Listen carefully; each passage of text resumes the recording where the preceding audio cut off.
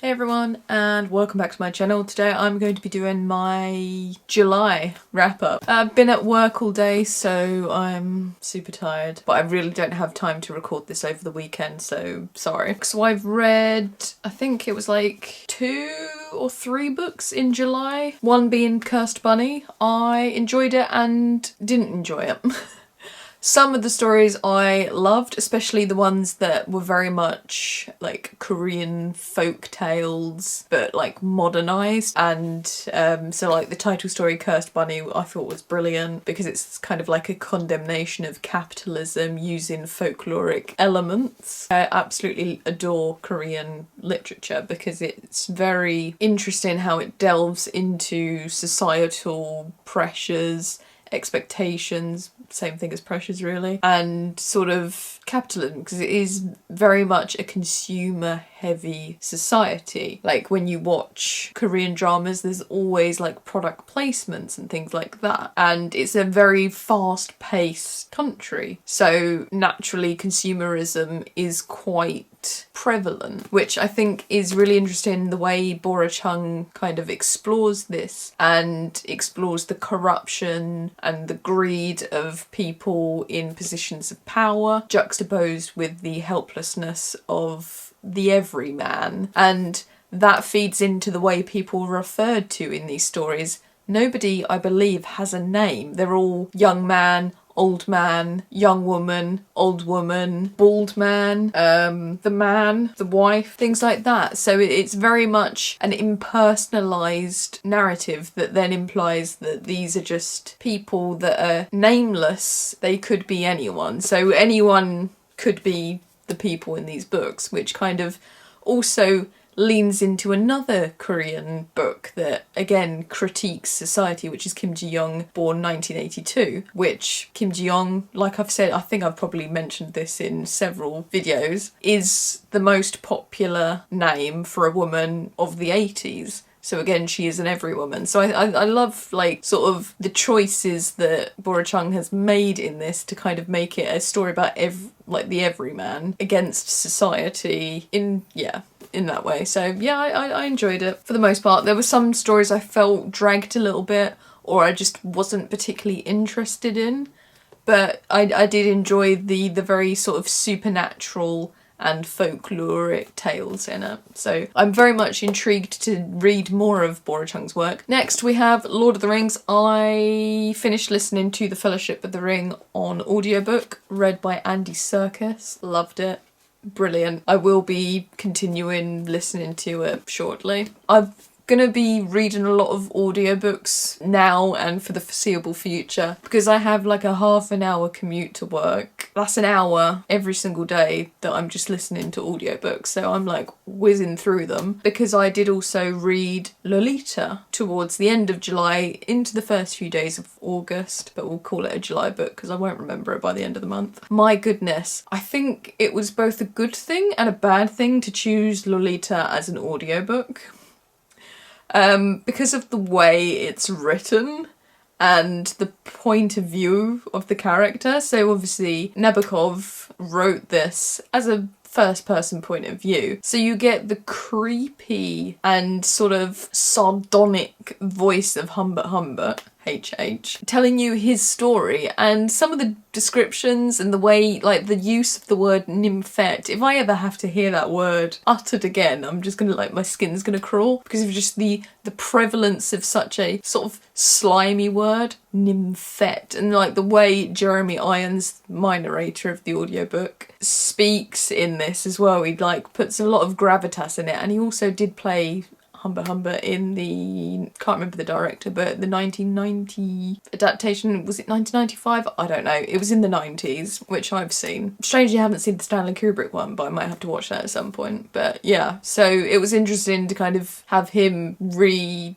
the character essentially, and yeah, it's just creepy, but beautiful descriptions when it's not the creepy parts, and just like the observations. Like obviously Nabokov is a beautiful writer, and the way he spins the tale is interesting, and it kind of, you definitely don't come out of it seeing him in a good light, which I'm sure a lot of people kind of avoid it because they don't want to read about the subject matter, but he's a despicable person, and the way it's written, it's obvious that he is a despicable person. I don't know, like, anyone that thinks that this is glorifying the behaviour of paedophiles is not reading this correctly. Yeah, I thought it was a brilliant book. Will I ever read it / listen to it again? I don't think so, but it's the kind of thing that I will now probably look at reading something else by Nabokov, because I just loved his prose and the way he played with words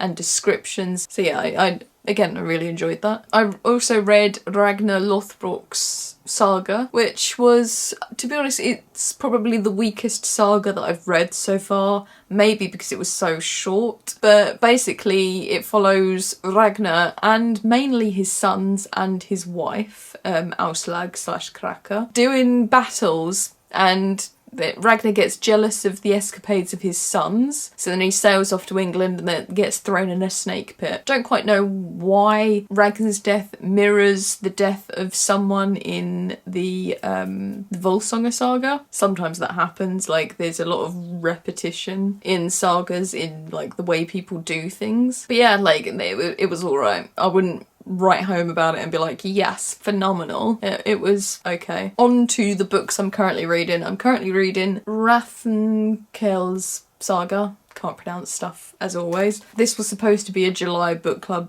pick alongside Ragnar's Saga, but I just didn't have time, so I didn't finish it. I've only just started it, really, so it's the August Saga book club pick now, sue me. I'm also currently reading Taye Vassar's Spring Night. This is a library book, because I work in a library, so now I've literally just checked out a billion different books, and I'm struggling to get through them all before the end of their loan period.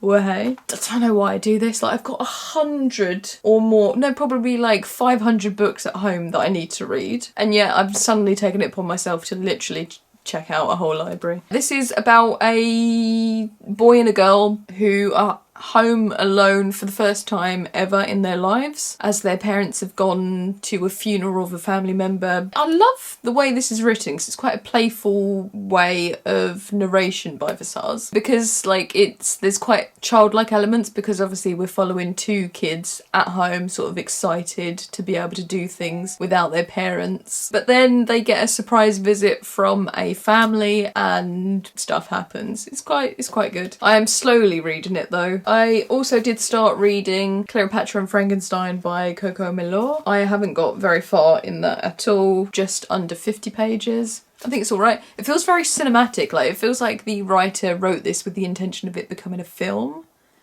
That's my like initial observation. Like the opening chapter felt very much like an indie movie, like maybe a Greta Gerwig movie or something, like of just New Yorkers walking around New York and talking, and sort of like the banter between the characters just felt ripe for cinematic adaptation. I'm also currently reading The Long Way to a Small Angry Planet by Becky Chambers. I'm really enjoying this. I don't know why I didn't read it sooner. I have read a novella by Becky Chambers, which was the To Be Taught If Fortunate, and I loved it. I thought it was beautiful. Like, I love alien encounters and like space travel, so this should have been read years ago. I'm now reading it and I'm loving it. Reading a bit of French literature. Oh, my pile just nearly fell on the floor. Albert Camus, The Fool. This is about Jean-Baptiste Clémence, who tells a stranger at a bar his story over like a few nights, and he's like drunk telling him. And I'm just really kind of intrigued and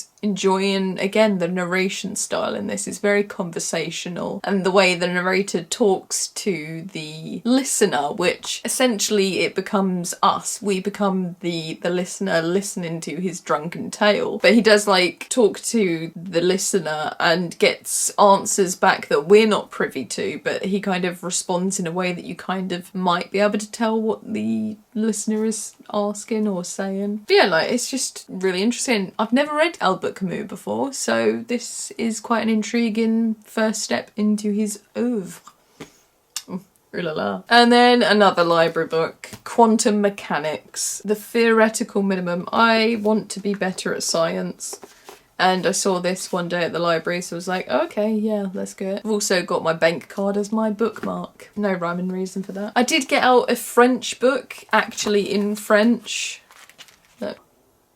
But I can't read it. How disappointing. I thought I might be able to do a bit of reading, but literally, like, I can understand a couple of words, but that's not enough to try and read just some short novellas by French writers. The La Venus, I mean, my pronunciation should be a clue, shouldn't it, in the level of my French. Le Venus d'Il. Yeah, so they were all the books that I have read / have been reading. Thanks for listening. Like and subscribe. Let me know what you've been reading this month, and I will see you again very soon. Bye bye.